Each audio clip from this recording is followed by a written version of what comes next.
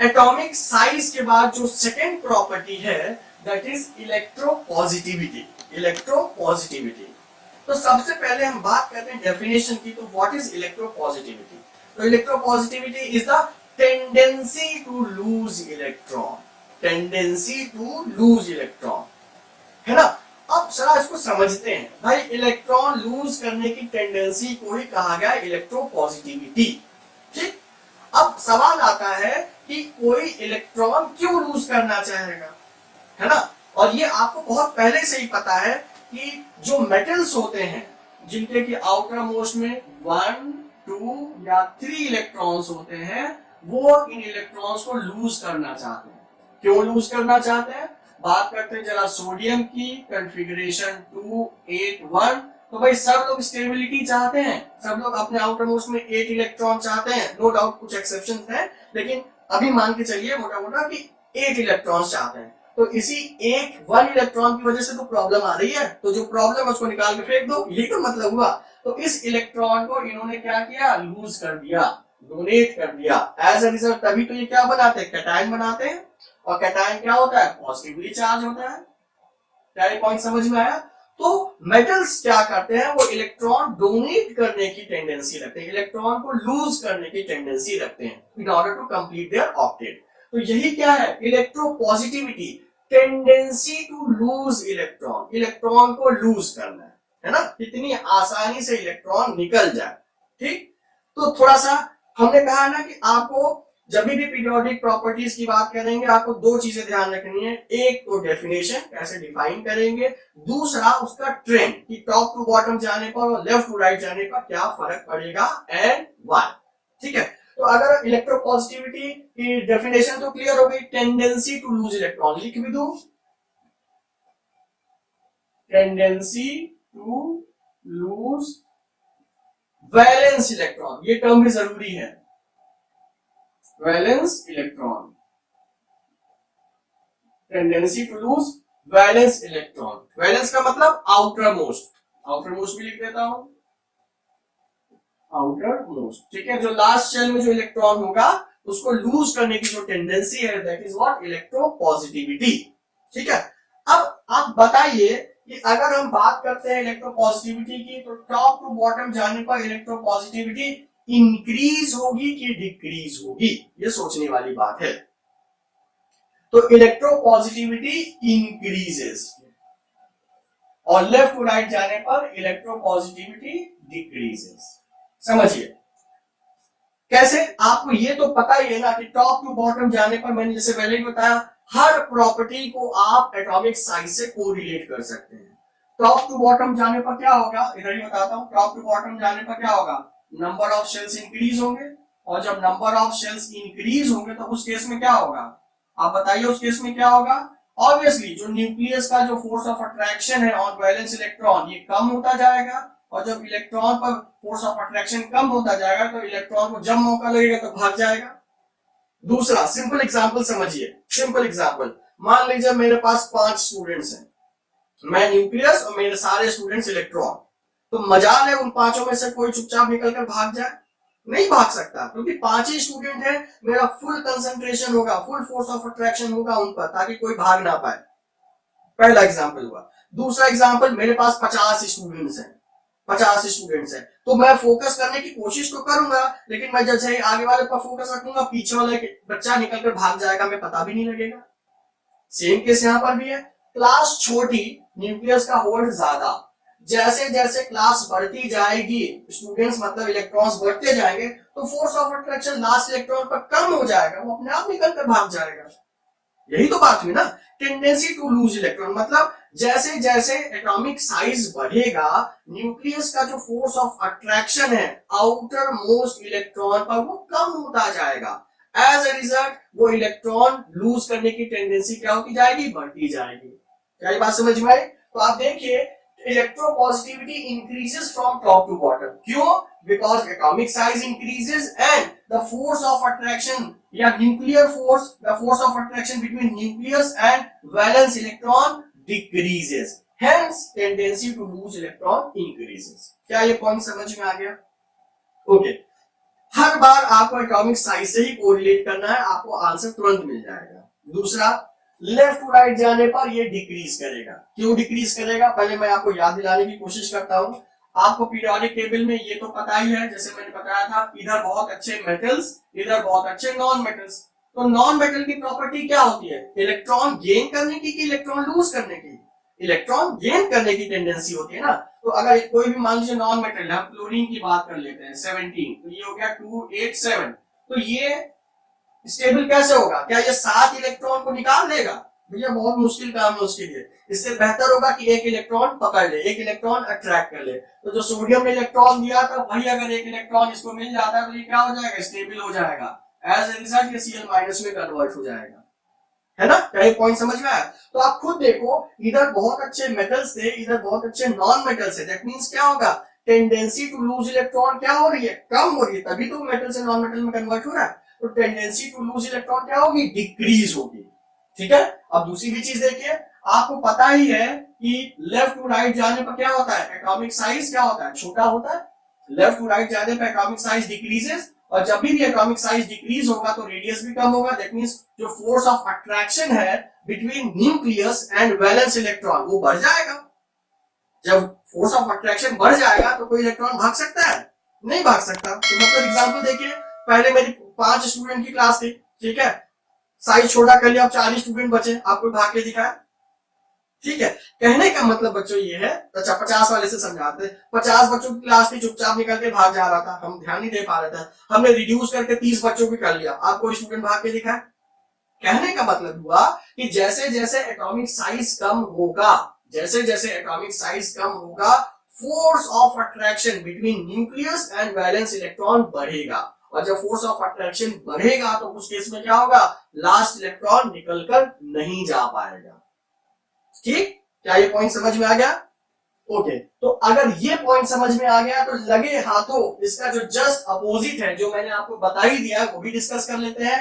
Electronegativity, electronegativity. तो आप अब डेफिनेशन समझ ही जाएंगे क्या होगा। यहां पर टेंडेंसी टू लूज इलेक्ट्रॉन था, यहां पर क्या होगा, टेंडेंसी टू गेन इलेक्ट्रॉन होगा। टेंडेंसी टू गेन इलेक्ट्रॉन, ये कम कर देता हूं, टू गेन इलेक्ट्रॉन। ठीक है, ये था टेंडेंसी टू लूज इलेक्ट्रॉन, और ये क्या होगा, टेंडेंसी टू गेन इलेक्ट्रॉन। क्या ये पॉइंट समझ में आ गया? तो आप देखो ये क्या हो रहा है, टेंडेंसी टू गेन इलेक्ट्रॉन है ना, तो उधर वाला तो इलेक्ट्रो पॉजिटिविटी और नीचे वाला क्या हो गया, इलेक्ट्रोनिगेटिविटी। जस्ट अपोजिट है, तो मैंने जैसे कहा ना जस्ट अपोजिट, तो ये तो आप कह ही सकते हो ना कि जस्ट अपोजिट है, तो ये डिक्रीज हो जाएगा, ये इंक्रीज हो जाएगा। क्या ये पॉइंट समझ में आया? अब इसको समझ भी लेते हैं। देखिए, इलेक्ट्रोनिगेटिविटी मतलब टेंडेंसी टू गेन इलेक्ट्रॉन, तो इसके लिए जरूरी क्या है भाई, एटॉमिक साइज छोटा होगा। पहले हम क्लास वाले एग्जांपल से ही बताएं। यहां पर देखो 50 स्टूडेंट थे, हम खुद के तो इलेक्ट्रॉन संभाल नहीं पा रहे, खुद के स्टूडेंट तो संभाल नहीं पा रहे, हम बाहर से स्टूडेंट कैसे अट्रैक्ट करेंगे? जेन्युइन पॉइंट है ना, हमारा फोर्स ऑफ अट्रैक्शन हमारे खुद के इलेक्ट्रॉन पर नहीं है, खुद के स्टूडेंट पर नहीं है, वो जब मौका लग रहा है भाग जा रहा है, तो हम बाहर से कैसे इलेक्ट्रॉन को अट्रैक्ट कर पाएंगे? कहने का मतलब ये हुआ कि जब क्लास बड़ी है हम बाहर के स्टूडेंट को नहीं बुला सकते। क्यों? क्योंकि हमारा अट्रैक्शन नहीं है, हमारा अटेंशन नहीं स्टूडेंट्स पर, वो निकल के भाग जा रहा है। तो जब एटॉमिक साइज बड़ा होगा तो उस केस में क्या होगा, जो न्यूक्लियर फोर्स ऑफ अट्रैक्शन है ऑन वैलेंस इलेक्ट्रॉन वो कम होगा, तो बाहर के इलेक्ट्रॉन को अट्रैक्ट नहीं कर पाएगा। लेकिन जब एटॉमिक साइज छोटा होगा, जब साइज छोटा होगा तो उस केस में क्या होगा, वो बाहर के इलेक्ट्रॉन्स को भी अट्रैक्ट कर सकता है। जब हमारे पास 5 ही स्टूडेंट है तो हम और स्टूडेंट बुला सकते हैं ना, क्योंकि साइज छोटा है, कोई निकल कर नहीं भाग पाएगा। कहने का मतलब हुआ, जब आप टॉप टू बॉटम जाते हो एटॉमिक साइज क्या होता है, इंक्रीज हो रहा है, force of nuclear force of attraction on valence electron कम होगा, तो बाहर के इलेक्ट्रॉन को खींचना बहुत ही कठिन काम है। लेकिन लेफ्ट टू राइट जाने पर क्या होगा, एटॉमिक साइज डिक्रीज होगा, जब साइज डिक्रीज होगा तो न्यूक्लियर फोर्स ऑफ अट्रैक्शन जो है वो इंक्रीज होगा। एज ए रिजल्ट आप बाहर से भी इलेक्ट्रॉन को अट्रैक्ट कर सकते हैं। सिंपल आप ये भी समझ लीजिए, इलेक्ट्रोपॉजिटिविटी मेटल की टेंडेंसी है और इलेक्ट्रोनिगेटिविटी क्या है, नॉन मेटल की टेंडेंसी है। ठीक है, तो एक प्रॉपर्टी हमने और भी आपको बता दी। ठीक है, देखिए, तो इलेक्ट्रोपॉजिटिविटी का एक और दूसरा नाम है जिसको बोलते हैं मेटेलिक कैरेक्टर। Metallic character. भाई बार बार हम यही मेटल की तो बात कर रहे हैं, तो कोई सब्सटेंस जितना इलेक्ट्रोपॉजिटिव होगा दैट मींस उसमें उतना ज्यादा मेटेलिक कैरेक्टर होगा। क्या ये पॉइंट समझ में आया कि नहीं आया?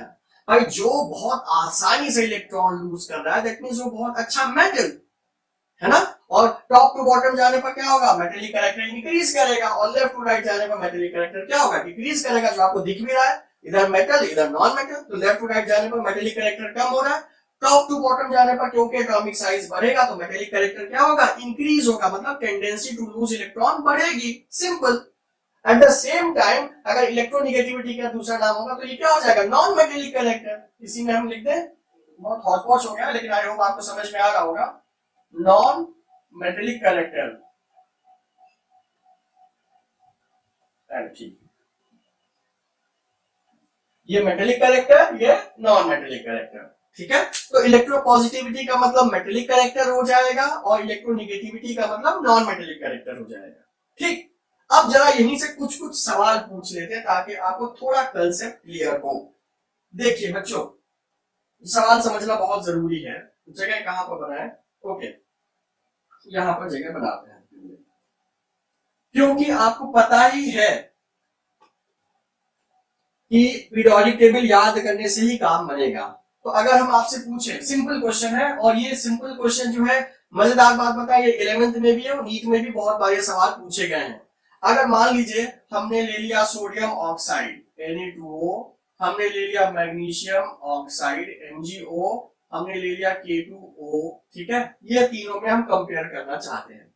हम अगर आपसे पूछते हैं कि सबसे ज्यादा बेसिक ऑक्साइड कौन सा है, सबसे ज्यादा बेसिक ऑक्साइड कौन सा है इन तीनों में, तो आप देखो इसका मतलब क्या हुआ, आपको सब ये पहले से ही पता है कि जो मेटेलिक ऑक्साइड्स होते हैं वो बेसिक इन नेचर होते हैं, मेटेलिक ऑक्साइड जो होंगे वो बेसिक इन नेचर होते हैं।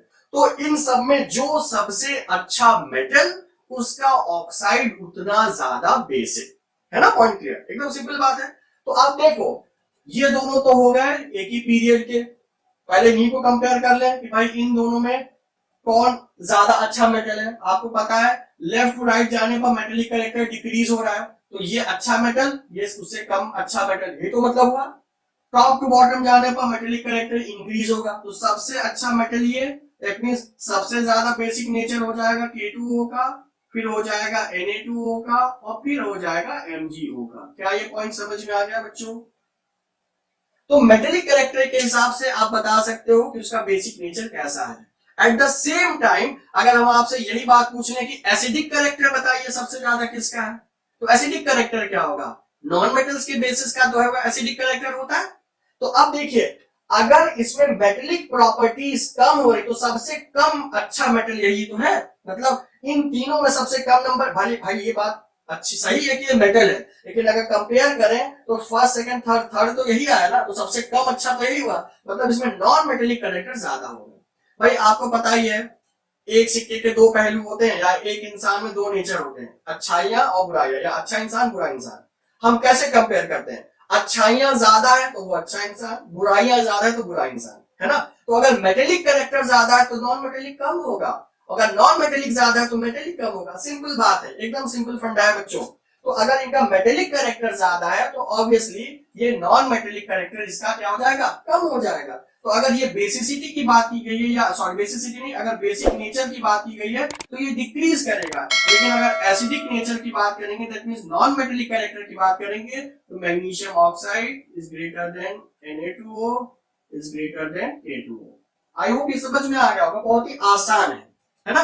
तो देखिए कई सारे नाम यहाँ पर क्लियर हो जाने चाहिए बच्चों, कई सारी प्रॉपर्टीज, इलेक्ट्रोपॉजिटिविटी, इलेक्ट्रोनिगेटिविटी, मेटल की प्रॉपर्टी है, नॉन मेटल की प्रॉपर्टी है, ठीक है। Tendency to gain electron, tendency to lose electron, tendency to gain electron, इसको मेटेलिक कैरेक्टर भी कहा गया, इसको नॉन मेटेलिक कैरेक्टर भी कहा गया, ठीक है। तो आई होप ये सिंपल प्रॉपर्टी समझ में आई होगी।